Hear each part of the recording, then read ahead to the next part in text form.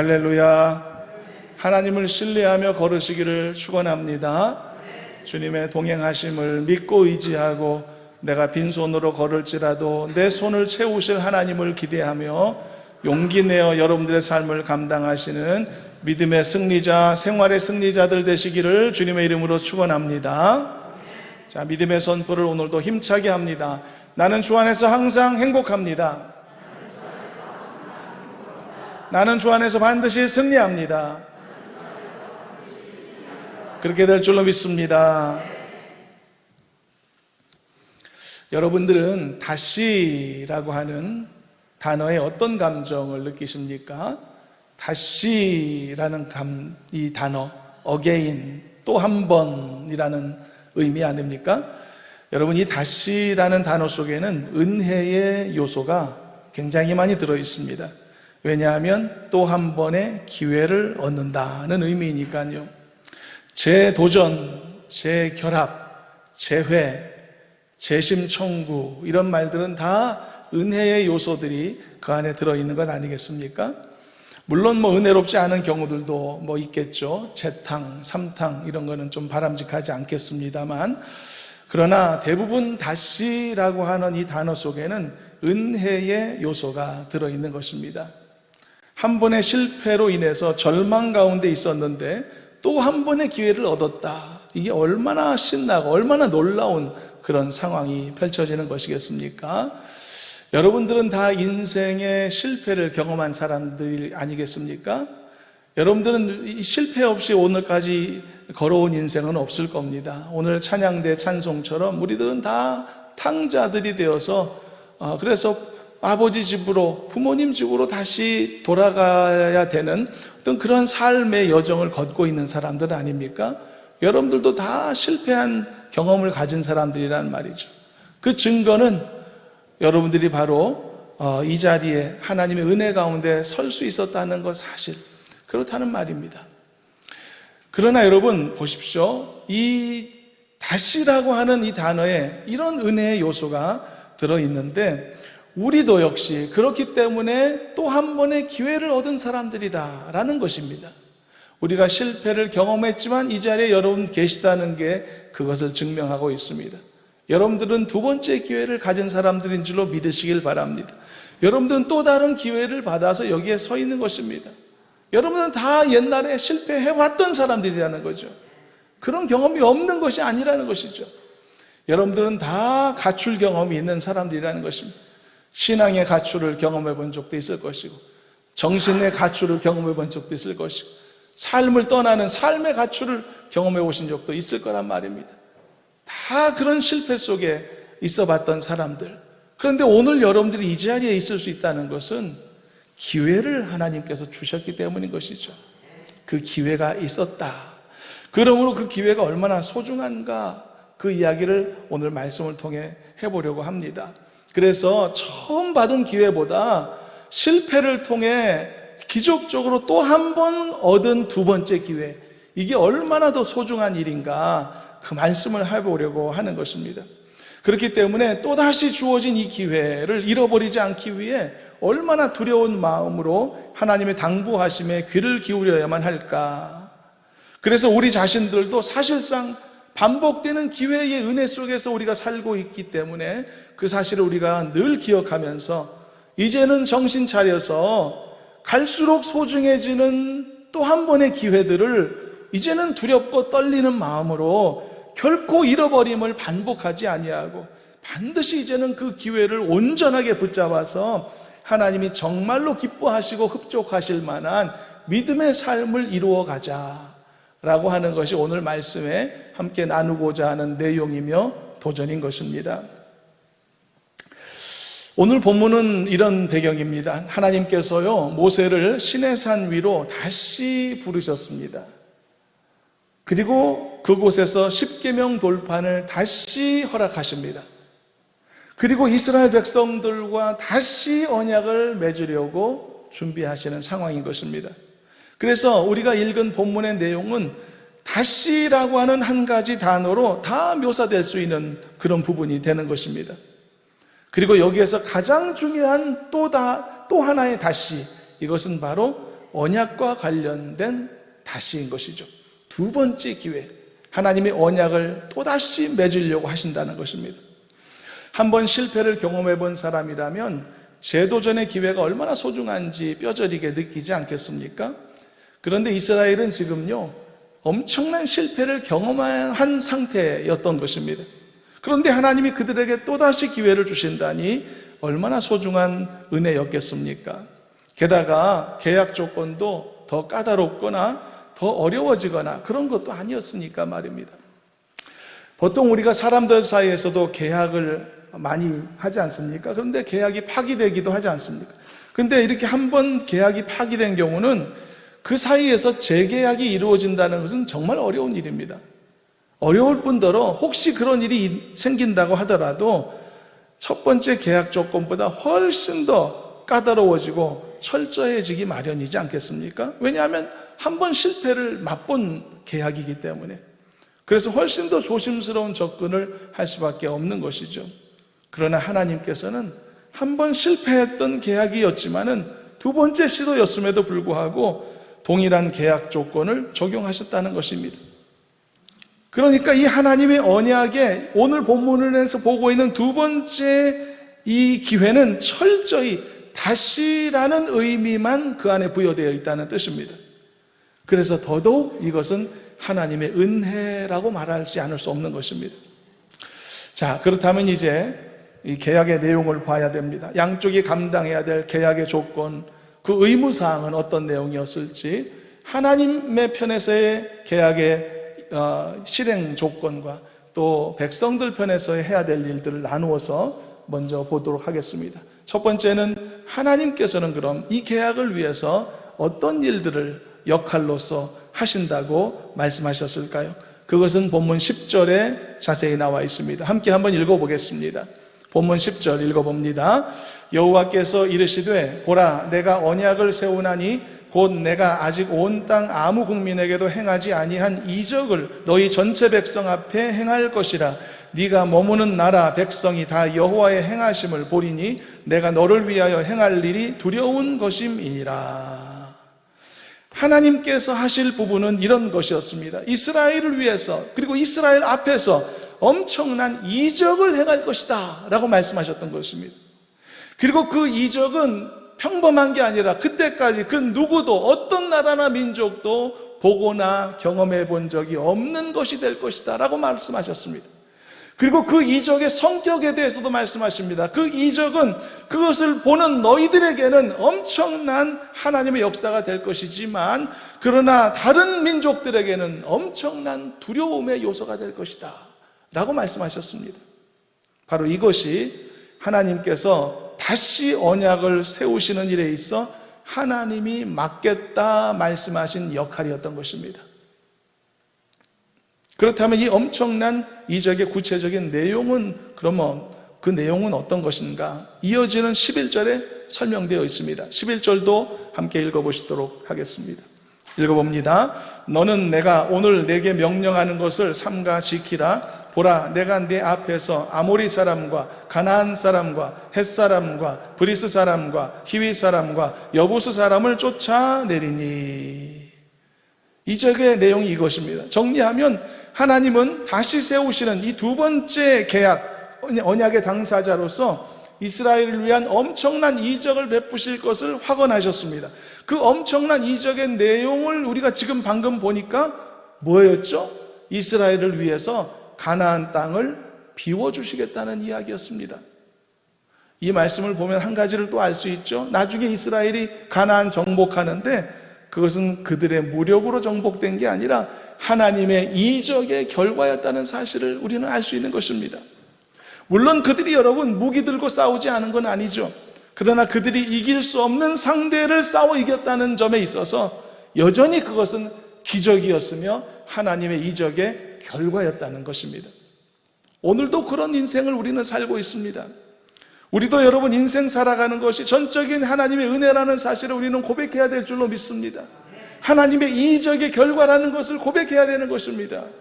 물론 우리도 열심히 살지 않는 것은 아니죠. 나름대로 최선을 다하지만 그러나 내 힘으로 살아갈 수 없는 인생, 수없는 이 길을 내가 걸어왔었다는 이 사실에 있어서 그 자체로 우리가 볼 때 결과적으로 우리가 걸어온 인생은 하나님이 주시는 기적과 이적의 결과라는 사실, 변함이 없는 것입니다. 하나님의 이적 속에, 하나님 베푸신 한없는 은혜 속에 여러분들이 감당할 수 없는 은혜를 입으며 오늘에 이르렀다는 사실을 여러분 이 세상의 마지막 죽는 순간까지 고백하며 찬송하며 영광 돌리는 여러분 되시기를 주님의 이름으로 축원합니다. 자, 이것이 다시 언약을 맺고자 하시는 하나님께서 내가 이 부분을 하겠다라고 약속하신 내용이었습니다. 그렇다면 이제 이스라엘 백성들은 무슨 일을 해야만 했을까요? 이스라엘 백성들에게 계약상 의무조항은 이런 것이었습니다. 이 소중한 두 번째 계약을 놓치지 않으려면 이제는 반드시 잘 해내야 되는 부분, 그게 뭐였냐 하면 하나님은 복잡한 것 요구하지 않으시고 한 가지만 말씀하셨습니다. 그 내용이 이어지는 12절 내용입니다. 함께 읽어봅니다. 12절 말씀 읽어봅니다. 너는 스스로 삼가 네가 들어가는 땅의 주민과 언약을 세우지 말라. 그것이 너희에게 올무가 될까 하노라. 하나님은 이스라엘에게 가나안 주민들과 언약 세우지 말아라고 말씀하셨습니다. 아니, 사실 뭔가 좀 거창한 게 있을 줄 알았는데 너무 당연한 것 아닌가요, 이거? 두 번째로 얻은 기회였기 때문에 하나님이 주시는 요구 조건이 훨씬 더 까다롭고 더 무거울 줄 알았는데 오히려 더 기본에 해당되는 조건들을 재차 말씀하셨던 것입니다. 그것은 한마디로 이중 계약을 하지 말라, 그런 말씀이었던 것이죠. 이건 너무 당연하지 않습니까? 여러분, 결혼을 하는데 남녀가 서로에게 충성하고 충실하겠다, 이건 너무 당연한 약속 아닙니까? 내가 너와만 언약을 맺을 것이다. 그러니 너도 나와만 언약을 맺어야 한다. 내가 너와 맺은 언약의 증거로서 내 할 일을 하겠다. 저 강력한 가나안의 사람들을 내가 다 싹 몰아내고 비워줄 것이다. 그러므로 너는 내가 몰아낼, 너를 위해 몰아낼 저 가나안 족속들과 또 다른 계약을 맺으면 안 되지 않겠느냐? 그것은 너 자신에게도 큰 올무가 되어서 돌아올 것이니 그런 일은 하지 말도록 하라. 내가 하나님 앞에서 감당해야 될 이 작은 몫을 지킬 수 있다면 하나님은 하나님의 의무조항에서의 약속처럼 놀라운 이적을 인생 앞에 펼쳐주실 것이며 내 앞에서 그 어떤 강한 대적이라고 할지라도 다 물리쳐 주실 것이며 나에게 그리고 나의 자손들에게 약속하신 놀라운 축복의 땅을 나에게 허락해 주신다는 약속인 것입니다. 그래서 여러분, 이것이 하나님께서 이스라엘과 다시 맺고자 하셨던 언약의 내용이었던 것이죠. 사랑하는 여러분, 이 신실하신 하나님을 의심치 마시길 바랍니다. 하나님이 하시겠다고 하시는 것은 반드시 하신다는 것을 여러분 믿어 의심치 마시길 바랍니다. 그러므로 여러분들의 몫을 최선을 다해 감당하시길 바랍니다. 신실하신 하나님만 붙잡고 살아가시기를 바랍니다. 그럴 때 반드시 승리가 여러분들의 삶에 주어지게 될 줄로 믿습니다. 하나님이 나와 언약을 맺으셨으니까 당연히 나도 하나님과만 언약을 맺어야죠. 하나님이 신실하게 나의 언약을 지키실 것이니까 나도 신실하게 지켜야죠. 한 사람이 두 주인을 섬길 수 없지 않겠습니까? 창조주이신 하나님을 믿고 우리의 하나님이 천지 만물을 주관하시며 우리의 과거, 우리의 현재, 우리의 미래의 모든 것을 아시고 주관하신다는 것을 믿는 참된 그리스도인이라면 신앙적으로도 완벽하게 순결해야만 하는 것입니다. 그 어떤 무속이나 그 어떤 주술이나 어떤 점을 치는 일에도 당연히 기웃거릴 수 없는 것이죠. 이것은 계약 위반 사항인 것입니다. 그리스도인으로서 우리 조상들은 혹시 그렇게 살았을지라도 나는 그럴 수가 없는 것입니다. 하나님과 약속을 맺은 언약의 백성인데 여러분, 어떻게 얻은 두 번째 기회입니까? 어떻게 얻은 죄 용서함의 은혜입니까? 그런데 어떻게 또다시 어리석은 우상을 기웃거리며 이중계약자처럼 그렇게 행동할 수 있겠습니까? 하나님이 신실하시다면 나도 신실해야 하는 것입니다. 하나님이 한결같으시다면 나도 한결같아야 되는 것입니다. 적어도 그렇게 되려고 노력하며 살아야 하는 것입니다. 그래야만 다시 얻은 이 기회를, 소중한 기회를 날리지 않고 붙잡고 승리할 수 있는 것입니다. 사랑하는 여러분들은 하나님이 신실하시기 때문에 두 번째 주신 기회를 통해서도 하나님의 역할을 완벽하게 하실 것임을 기억하시고, 여러분들도 정말 신실한 마음으로 하나님과의 약속을 지키며 살기로 다시 한번 다짐하는 여러분 되시기를 간절히 소망합니다. 하나님만 믿으시길 바랍니다. 하나님만 신뢰하시기 바랍니다. 하나님만 의지하시길 바랍니다. 그럴 때에 여러분들의 인생 앞에 있었던 반복된 실패가 멈추어지게 될 것이고, 이번에는 그 약속이 깨지지 않고 물러가지 않고 온전히 성취돼서 하나님이 말씀하신 모든 은혜들을, 내가 너희 앞에 다 모든 것을 치워주마 라고 말씀하신 것, 너에게는 은혜가 되지만 다른 이들에게는 대적이 되어서 두려움이 되어서 내가 너에게 약속한 모든 것을 이루어주마라고 하신 이 놀라운 하나님의 인생의 약속이 여러분들에게도 다 이루어지는 은혜가 있기를 주님의 이름으로 축원합니다. 그렇다면 좀 더 이제 구체적으로 왜 하나님은 가나안 사람들과 언약을 맺지 말라 하셨을까? 그것은 가나안과 이중 언약을 맺지 말라 하신 것은 한 가지 때문입니다. 그들에게 있었던 우상 숭배의 악습 때문인 것입니다. 오늘 본문에도 보면 하나님께서 특히 우상 숭배를 절대 금지하시는 그런 강한 어조의 명령을 볼 수가 있는데요. 본문 13절 한번 읽어보겠습니다. 본문 13절을 읽어봅니다. 너희는 도리어 그들의 제단을 헐고 그들의 주상을 깨뜨리고 그들의 아세라상을 찍을지어다. 여러분, 과격하게 들리지 않습니까? 헐어라, 깨뜨려라, 찍어버려라. 얼마나 과격한 언어입니까, 여러분?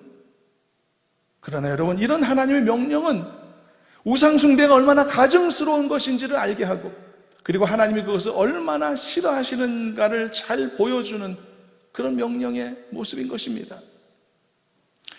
그런데 여러분, 이 말씀을 보면서 우리가 한 가지 정황을 기억하여야 할 것이 있습니다. 그것은 아직까지 여러분, 이 상황은요, 이스라엘의 그 금송아지 우상숭배 대사건, 그 사건의 연장선상에 있는 상황이라는 점입니다.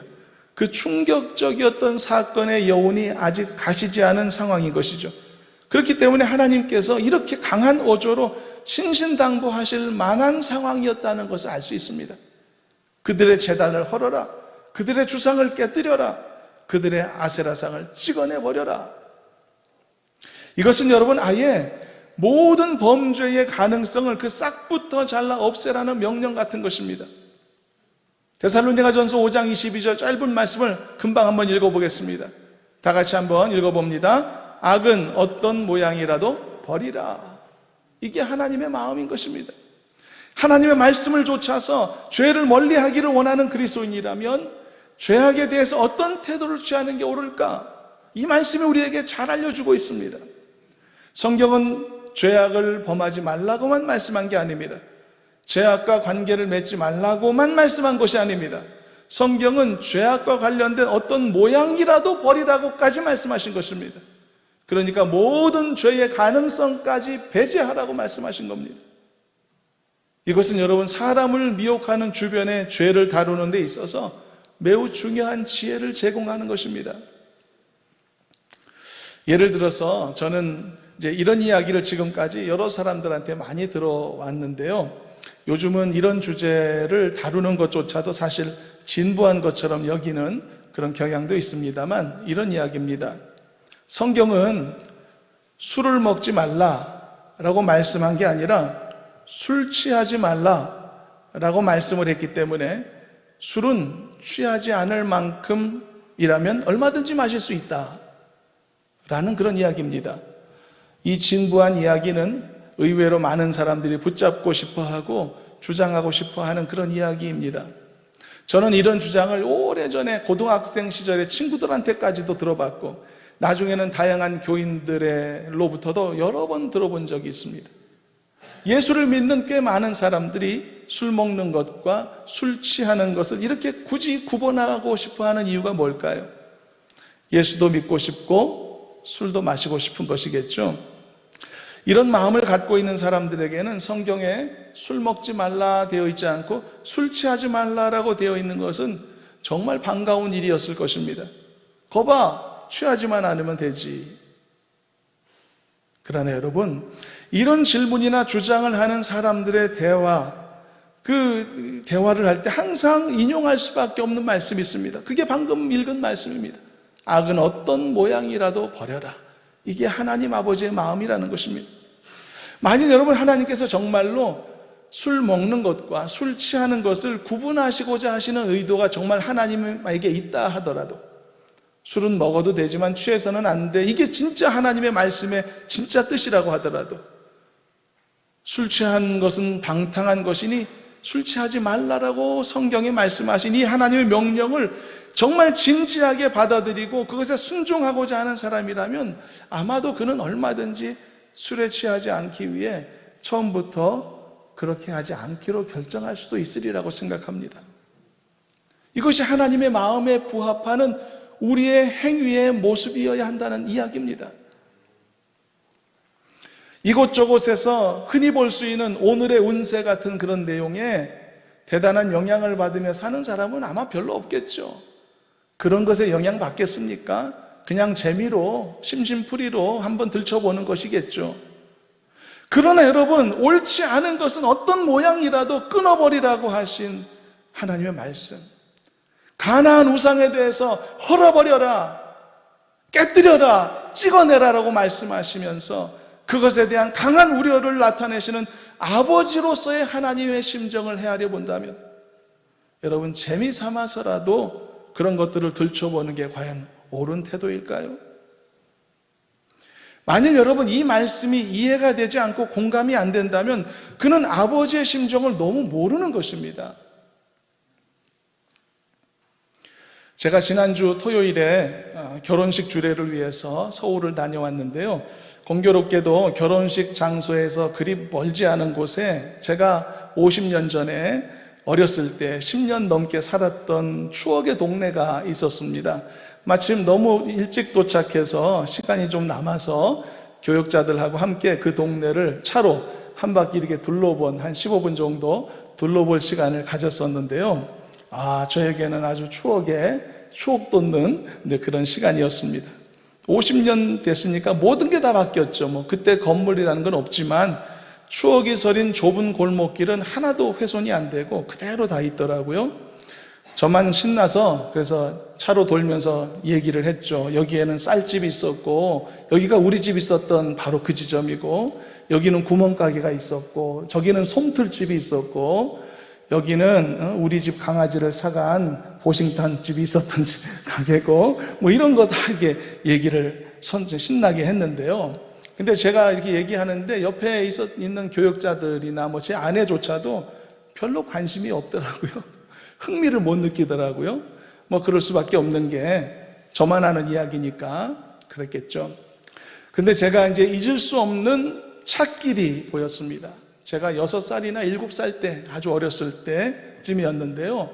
상도시장 앞에 큰 건널목인데 제가 그때 혼자 그 찻길에 내려가서 그 나이에 그 차가 다니는 건널목을 냅다 뛰어서 달려가고 냅다 뛰어서 건너오는 그런 장난을 계속 반복하면서 놀았었습니다.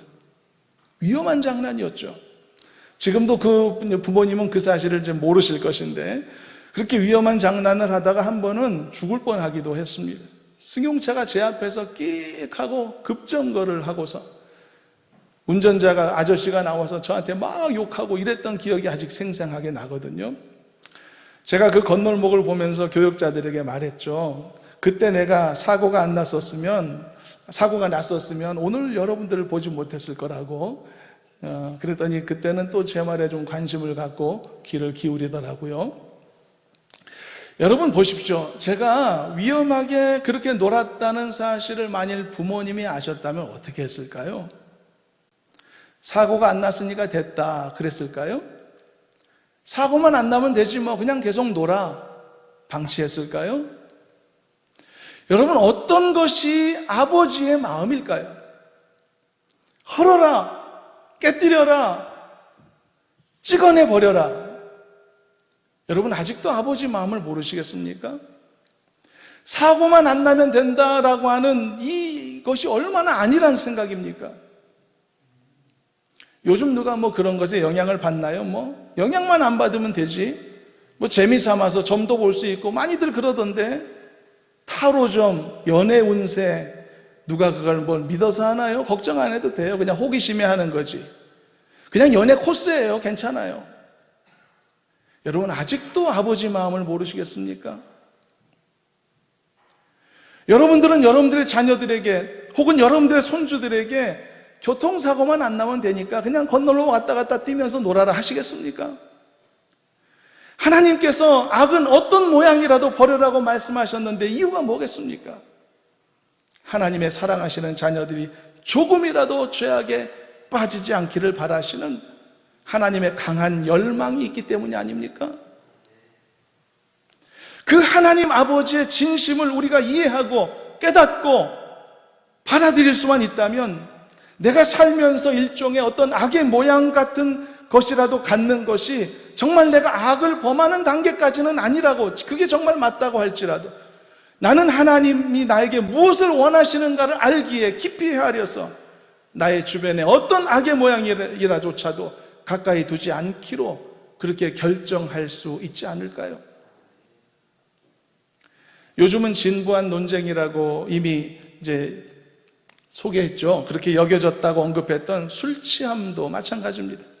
하나님의 자녀들이 술 취함으로 방탕함에 이르지 않기를 원하시는 하나님의 이 진심을 깨닫는다면 그는 마시는 것과 취하는 것은 다르다, 이런 식의 애처로운 궤변을 늘어놓는 것을 중지하고 기꺼이 죄악의 어떤 가능성이라도 자신의 삶에서 멀리하고 차단하는 그런 결정을 할 수도 있지 않을까.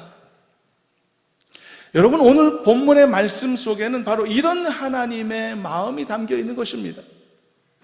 우상숭배가 이스라엘 백성들에게 영향을 주거나 그들을 오염시킬 수 있는 그 어떤 가능성이라도 하나님은 싫어하셨던 것입니다. 그래서 완전히 없애라, 이것이 오늘 본문에 담긴 하나님 아버지로서의 하나님의 진짜 마음에 담긴 명령인 것입니다. 왜냐하면 그들은 소중한 두 번째 기회를 가진 사람들이니까요. 이번 기회까지 놓치면 안 되니까요. 첫 번째 10계명 돌판 깨뜨려 먹었으니까요. 두 번째 주는 이 10계명은 깨뜨리면 안 되지 않겠습니까? 사랑하는 여러분, 하나님이 원하시는 것을 여러분도 원할 수 있고 하나님이 싫어하시는 것을 여러분들도 미워할 수 있는 마음과 마음이 연결되는 그런 공감대가 더 하나님과의 관계 속에 넓어지고 견고해질 수 있기를 간절히 소망합니다.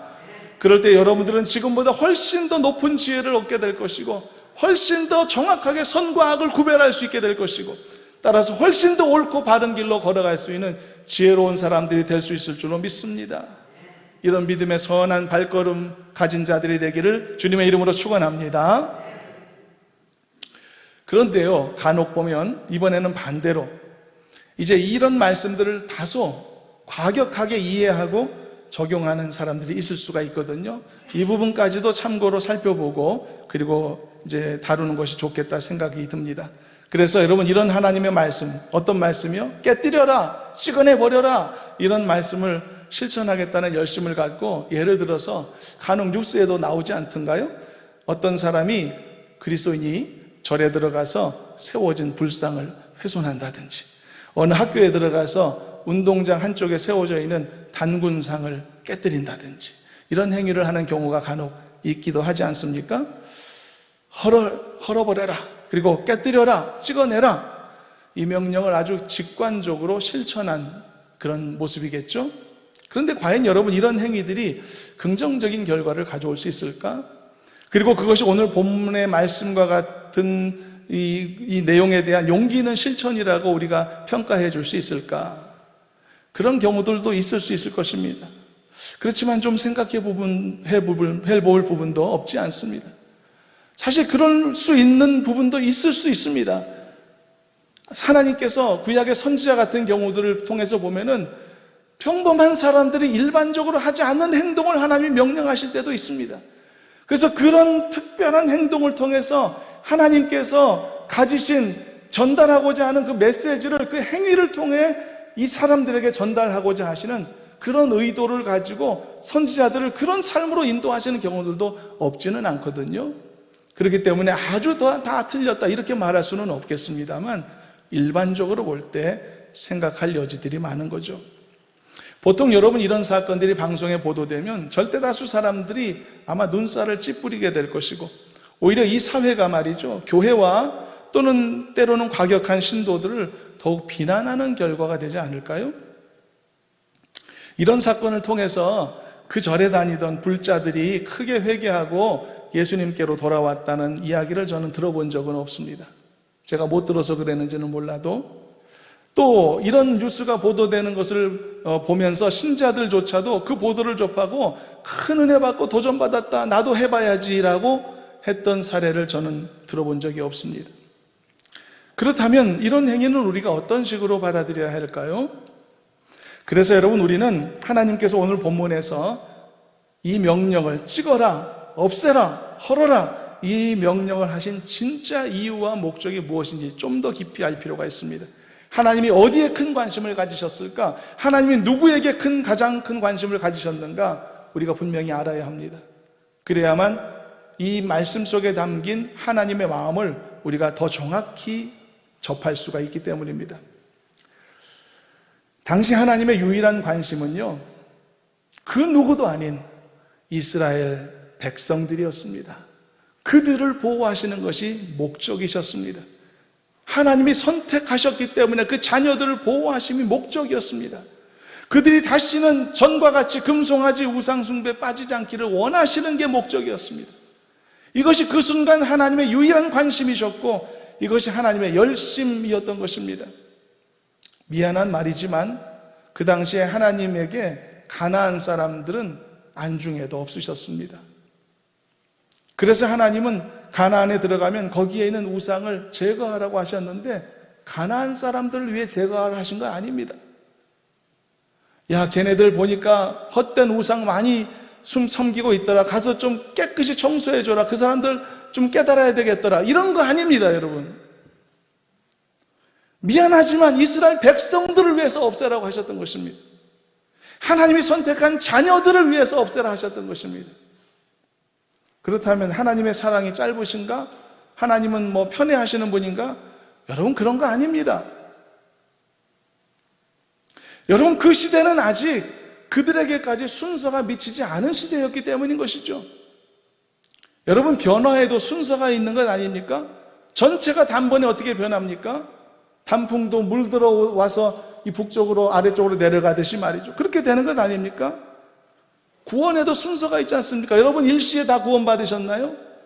나이도 다르고 시기도 다르고 연령도 다르고 다 때가 되어 순서적으로 하나님이 찾아오시지 않습니까?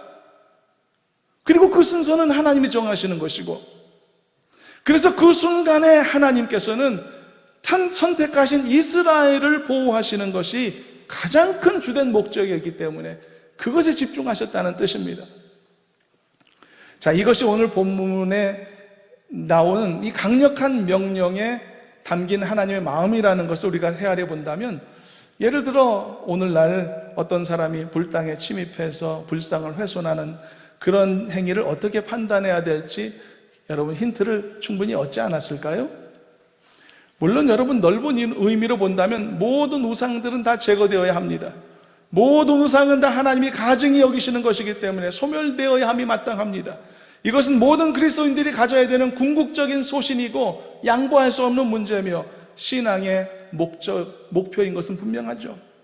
그러나 적어도 오늘 본문 말씀의 상황을 보면서 하나님께서 저런 우상들을 모두 훼손하라 명령하셨던 가장 중요한 이유, 그것이 어디에 있는지는 기억할 필요가 있는 것입니다. 그 순간 하나님의 가장 큰 관심사는 택하신 자녀들을 보호하심에 있었다는 것입니다. 마치 모든 부모가 가장 다급하고 위급한 순간에는 그 누구에도 관심 가질 틈 없이 바로 내 자녀, 내 자식을 지키고자 하는 그것에 온 관심을 쏟게 되는 것처럼 그 당시 상황은 하나님에게 있어서 그만큼 비상 상황이었던 것입니다. 왜요? 금송아지 우상의 그 엄청난 잘못을 저질렀었지만 하나님께서 모세의 중보 기도를 들어주셔서 다시 한번 용서해 주시고 겨우겨우 두 번째 기회를 얻었던 순간이기 때문입니다. 두 번째 기회는 망치면 안 되었기 때문이죠. 그러므로 여러분, 하나님께서 택하신 자녀들을 지키시고 보호하시는 데 있어서 가나안 사람들이 만든 그 더러운 것이 결정적인 방해가 된다고 판단하셨기 때문에 하나님은 가나안을 위해서가 아니라 그들을 위해서 헐어라, 깨뜨려라, 찍어내라 말씀하셨다는 이야기입니다.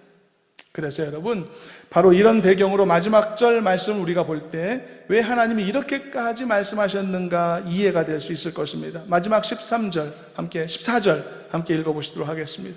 14절을 읽어봅니다. 너는 다른 신에게 절하지 말라. 여호와는 질투라 이름하는 질투의 하나님임이니라.